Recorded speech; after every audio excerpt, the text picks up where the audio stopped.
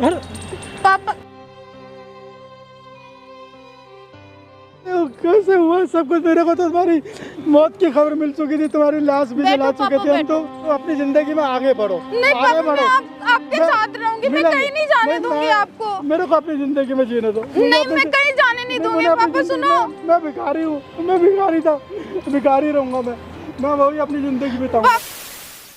Hello दोस्तों, स्वागत है आपका फिर से एक नए वीडियो में। और आज मेरे अंदर एक जोश है क्योंकि मेरे बगल में एक आर्मी ऑफिसर बैठी हुई हैं जो कि एक अच्छे खासे पोस्ट पे हैं और अपनी जी जान की मेहनत से यहाँ पहुँची। और मैं एक बात बता दूं, अगर आप लोग को ये चीज़ बुरा लगे कि ये एक भिखारी की बेटी हैं जो कि आज यहाँ आर्मी ऑफिसर बन चुकी हैं, और इनकी मेहनत और इनका जो प्रॉब्लम है वो आप सुनिए कि क्या क्या प्रॉब्लम इनको हुआ है। तो मैम, जो भी बात है हमारे ऑडियंस को बताइए और बिना झिझक के जो भी आपको बताना है बताइए, और क्या हेल्प चाहिए। मैं आपका धन्यवाद करना चाहती हूँ, इतने दिन के कांटेक्ट के बाद आज मुझसे मिलने आए हो जी। आपका बहुत बहुत धन्यवाद। और मैं अपना दिल का हाल ऑडियंस को सुनाना चाहती हूँ जी। तो मेरा दिल का हाल ये है, मेरे जो पापा हैं वो भिखारी हैं और मेरी शादी हो गई 16 साल में। मेरे जो हस्बैंड हैं वो उसका पान का दुकान लगाते हैं। तो वही चीज़ें, मैं दुनिया की बातों में ना मेरे पापा ने शादी करवा दी। अब मैं पढ़ाई में 12th कर रखी है, पढ़ाई में बहुत मैं वो थी, जोश था मुझे पढ़ाई का और आर्मी ऑफिसर बनने का जोश था। उसके बाद मैं अपने ससुराल चली गई। शादी तक तो ठीक था, मेरे पापा की उतनी औकात नहीं थी जो मेरे हस्बैंड को दहेज दे पाए। दहेज के चक्कर में बहुत परेशान करता था, मैं पागल हो चुकी थी उन सब के बीच में। मैं वहाँ से चली गई अनाथ आश्रम में, मैंने जी जान से 3 साल मेहनत की। उसके बाद मैं वहाँ से भाग गई, वहाँ से अपने ससुराल से चली गई। फिर अनाथ आश्रम में जाके मैंने जी जान से मेहनत की और 6 महीने हो गए मुझे ज्वाइनिंग किए हुए आर्मी ऑफिसर। और आज मैं उस ओहदे पे हूँ जो वो लोग कभी सोच नहीं सकते हैं। सही बात है। तो बहुत अच्छा लगा। हाँ, बताइए। अपने पापा को बुलाने के लिए एड्रेस दिया था जी, मेरे पास नंबर एड्रेस सब था और मैं इनके पापा के पास गया दिल्ली स्टेशन, वहाँ पे उनसे बात किया। ठीक है, इन्होंने नंबर फ़ोटो सब मुझे दे रखा था।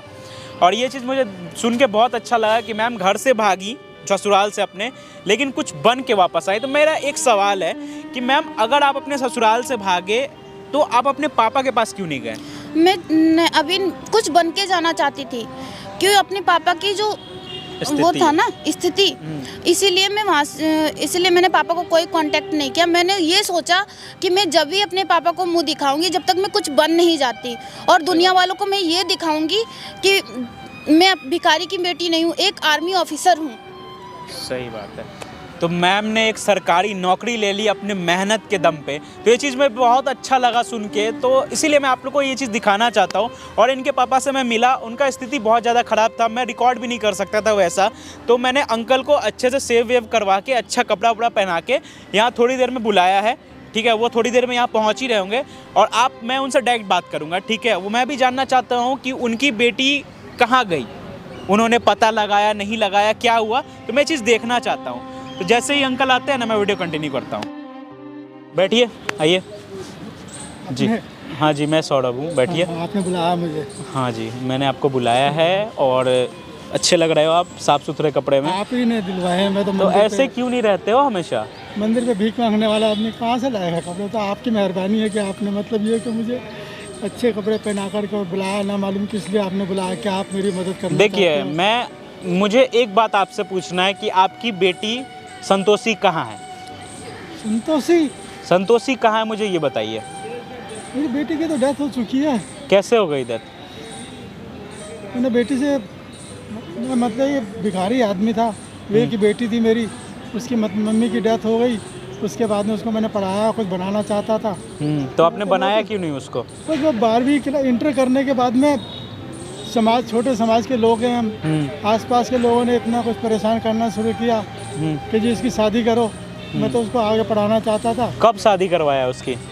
उसकी शादी कराए हुए क्या 3 साल हो गए। किस एज में शादी करवाई थी उसकी? 16 साल की एज में शादी करा दी। 16 साल की एज में शादी करवा दी? 16 साल की एज में करानी पड़ी क्योंकि समाज ने बहुत ज़्यादा मुझे। आपको पता है 16 साल की एज में शादी नहीं होती है? मैं कानून के खिलाफ था, ये मैं जानता था इस बात को, पर यह कि कोई संभालने वाला नहीं था ना, फ्यूचर को नहीं था मेरे पास कोई। मैंने सोचा कि अपने पति के घर जाएगी तो इसका हो सकता है कोई फ्यूचर बेहतर बन जाए। तो आपको कैसे पता चला उसका डेथ हो गया? आपने उसकी लाश देखी है?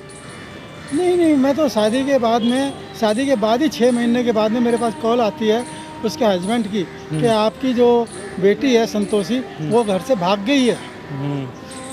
मैं बड़ा हैरान, मैंने कहा नहीं, मेरी बेटी को तो मैंने ऐसे संस्कार तो मैंने नहीं दिए थे। और ठीक है, मैं एक भिखारी हूँ, वो बात एक अलग है, पर ये ऐसे संस्कार मैंने उसको नहीं दिए थे कि वो घर से भाग जाए। इसके अंदर क्या फॉल्ट है मैं नहीं समझ सकता। फिर वो मेरे पास उन्होंने तलाश किया, मेरे को किसी मंदिर पे था मैं, तो वो मेरे को आकर के घर पर ले गए। घर पर ले जाने के बाद में उन्होंने कहा देखो जी हमने FIR करा दी है, आपकी लड़की यहाँ से भाग चुकी है। और जी मैंने भी फिर FIR उसके अंदर रिक्वेस्ट करके FIR को मंजूर कराया कि जी मेरी बेटी थी, इसी तरह से का फ़ोटो भी दिया। और वो मतलब मैंने इनके यहाँ शादी की थी, 6 महीने भी नहीं रह पाई वो। अब ये मुझसे कह रहे हैं कि ये घर से भाग गई है। मैं इस बात पे यकीन नहीं कर पा रहा हूँ, आप मेरी मदद करें। देखिए कि तो आपको कैसे पता चला कि आपकी बेटी मर चुकी है? फिर कुछ अरसे के बाद में थाने से कॉल आती है मेरे पास, जो है किसी मेरे जानने वाला, फ़ोन मेरे पास तो नहीं था, मेरे जानने वाला फ़ोन आया, बल्कि लड़के जो दामाद था मेरा उसी ने कॉल करी, देखो जी आपकी बेटी की लास्ट डेड बॉडी मिली है। कहाँ मिली? मैंने फिर थाने में पहुंचा। थाने पहुंचने के बाद में उन्होंने कहा कि जी इस तरह से एक डेड बॉडी नहर के अंदर हमको मिली है। ओहो। नहर में मिली है और ये कपड़े हैं उसके। मैंने कहा मैं तो कपड़े पहचानता भी नहीं उसके हस्बैंड ने उसको वेरीफाई करा, तो केस बंद हो गया है ना? तो वो केस जो है ना वो डेड बॉडी दिखा के जी हमने उसको अब आप हम इसकी दाह संस्कार कर दें इसका। तो उन्होंने मेरी मौजूदगी में उस बॉडी का जो है दाह संस्कार उनके जो ससुराल वाले थे उनके साथ तो वो लोग कर दिया, वो कर दिया। अब फिर मैं अपने उसी हालात के अंदर फिर वही मेरी कोई ज़िंदगी चलनी शुरू हो गई। मैं वही अपना भीख मांगता रहा, अपना मंदिरों पे पहुँचे नहीं। तो फिर अब 3 साल हो गए इस बात को। चलो आप रो मत। पता नहीं क्यों तलाश किया आपने मुझे, मैं तो मंदिर पे था वहाँ पर। चल कोई बात नहीं। कपड़े दिलवाए, मेरे तो कपड़े का बुरा हाल है मेरे तो। आपने क्यों मुझे याद किया, क्यों बुलाया? मैं आपको एक मकसद से बुलाया हूँ, ठीक ना? भगवान ने मुझे भेजा एक मकसद से। आपको मैं किसी से, आप रो मत, पहले तो रोना बंद करो। आप रोना बंद करो, पहले रोना बंद करो। आपकी बेटी संतोषी जिंदा है। आपकी बेटी संतोषी जिंदा है और वो अच्छे खासे मुकाम पे है। मिलना चाहोगे आप? मिलना चाहोगे? बिल्कुल बेटी के नाम से। ठीक, मैं उसको लेके आता हूँ। ठीक है, मैं उसको लेके आता हूँ, आप यहीं बैठे रहना। Okay. A few minutes later. पापा संतोषी कहाँ थी तुम? आखिर तूने अपना सपना ये आर्मी अफसर बन के आ गई मेरे सामने। आप रो मत पापा। कैसे हुआ सब कुछ? मेरे को तो तुम्हारी मौत की खबर मिल चुकी थी, तुम्हारी लाश भी जला चुके थे हम तो। बैठो, वो मैं नहीं थी, कोई और होगा। बैठो। तुम्हारा तो बहुत बड़ा सपना था ये आर्मी ऑफिसर बनने का। आप लोग मुझे चुप हो जाओ। वो मैं ससुराल वालों की वजह से मैं भाग गई थी वहाँ से, बहुत परेशान करते थे। आपने ऐसी जगह मेरी शादी करा दी। कभी तुमने मुझसे राब्ता, कभी तुमने मिलने की कोशिश ही नहीं करी मुझसे? मैं चाहती थी ना पापा कि आपके ऊपर से ना जो भिखारी का टैग लगा हुआ है ना वो उतर जाए। अब आपको कोई भिखारी नहीं कहेगा। मैं इस ओहदे पे पहुँच चुकी हूँ, आप टेंशन मत लो, आप चुप हो जाओ।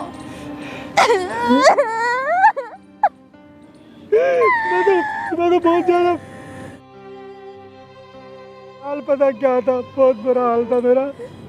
आखिर तुमने कभी मुझसे ससुराल वाले जो परेशान करते थे कभी तो मुझसे बोला होता, कभी मिला होते। मैं आपको और परेशान नहीं करना चाहती थी। बहुत। आखिर तुमने ये सपना कैसे पूरा किया? वो मैं अनाथालय में रहती थी, वहाँ पे मैंने 3 साल मैंने बहुत मेहनत की और 6 महीने हो गए मुझे यहाँ पे आए हुए। 6 महीने हो गए मुझे ज्वाइनिंग किए हुए। सर्विस, रेगुलर सर्विस मिल गई तुमको? हाँ, वहाँ पे। कैसे? आखिर वो कैसे कर पाई तुम अकेले? मैं वहाँ से भाग गई थी ससुराल से। उसके बाद बताया था उन्होंने मुझे तुम्हारी बेटी भाग गई है।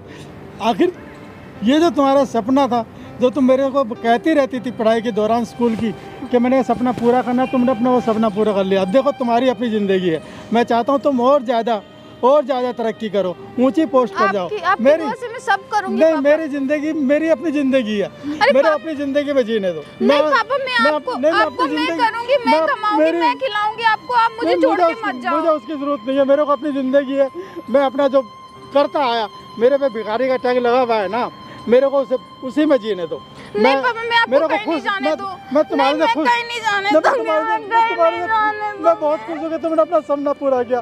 तुम बैठो, तुम अपनी जिंदगी में आगे बढ़ो, नहीं आगे पापा, मैं आपके साथ रहूंगी, मैं कहीं नहीं जाने दूंगी आपको। मेरे को अपनी जिंदगी में जीने दो। नहीं, मैं कहीं जाने नहीं दूंगी पापा, सुनो। मैं भिखारी हूँ, मैं भिखारी था, भिखारी रहूंगा मैं वही अपनी जिंदगी बिताऊंगा। पापा सुनो, पापा अंकल अंकल आप बैठो, इधर आओ। क्या दिक्कत आ रही है अब क्या दिक्कत आ रही है? मैं अभी कुछ कर नहीं सका इसके लिए, मैं किस तरह से के साथ रहूंगा। अरे अंकल कोई बात नहीं, लड़की ने अपना कर लिया ना हासिल।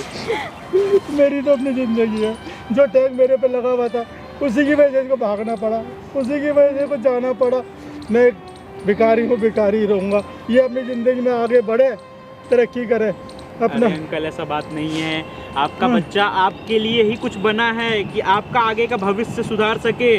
आपको मैंने इतने अच्छे कपड़े क्यों पहनवाए हैं? मैंने अपनी बेटी के में बहुत फख्र है मुझे इसके ऊपर, संतोषी के ऊपर, कि ये बिना मेरी सहायता के खुद अपने आप बन के इसने दिखाया। मुझे गर्व है इस बात के ऊपर इसकी। अंकल मैंने आपको इतना अच्छा कपड़ा क्यों पहनवाया पता है? क्योंकि एक आर्मी ऑफिसर के पिता हो आप, और आपको इसी चीज में रहना ये भी है। आसान है, कपड़े तुम्हारे ही दिए हैं मैंने। इसीलिए सर अब आपको अच्छे से जिंदगी बिताना है। अब जो आप बुरा मेरे वक्त चला साथ गया रहो वो ना चला गया। पापा, आप मुझे छोड़ के मत जाओ। आप क्यों जा रहे हो? नहीं जाएंगे, ये आपके साथ ही रहेंगे। आप बैठो मैम, आप बैठो, ये आपके साथ ही रहेंगे। अब यहीं रहेंगे, आपके साथ रहेंगे। आपको खुशी नहीं हो रही है क्या? मैं आर्मी ऑफिसर बन गई हूँ। मैं गर्व है तुम्हारे ऊपर, मेरे को गर्व है तुम्हारे ऊपर कि तुमने बिना किसी की सहायता के तुमने वो मुकाम हासिल करा जिसके तुमने ख्वाब देखा था। जो तुम्हारा सपना था वो तुमने पूरा किया। मुझे बहुत खुशी है, तुमने बिना मेरी मदद के अपने ख्वाब को, अपने सपने को पूरा किया। मुझे बहुत फख्र है। चला बेटे साथ ही रहेंगे, आओ मुझे अपना घर दिखाओ। मैं अपने मुझे अपना बहुत कुछ कमाया है, मुझे अपना घर दिखाओ। मैं रोना बंद करो पहले। मेरी बेटी मिल गई, अब से खुशी के आंसू है मेरे, अब मेरे खुशी के आंसू है। ठीक है, अब मेरे खुशी के आंसू है। अब मैं इसके घर, अब इसके साथ ही रहूँगा।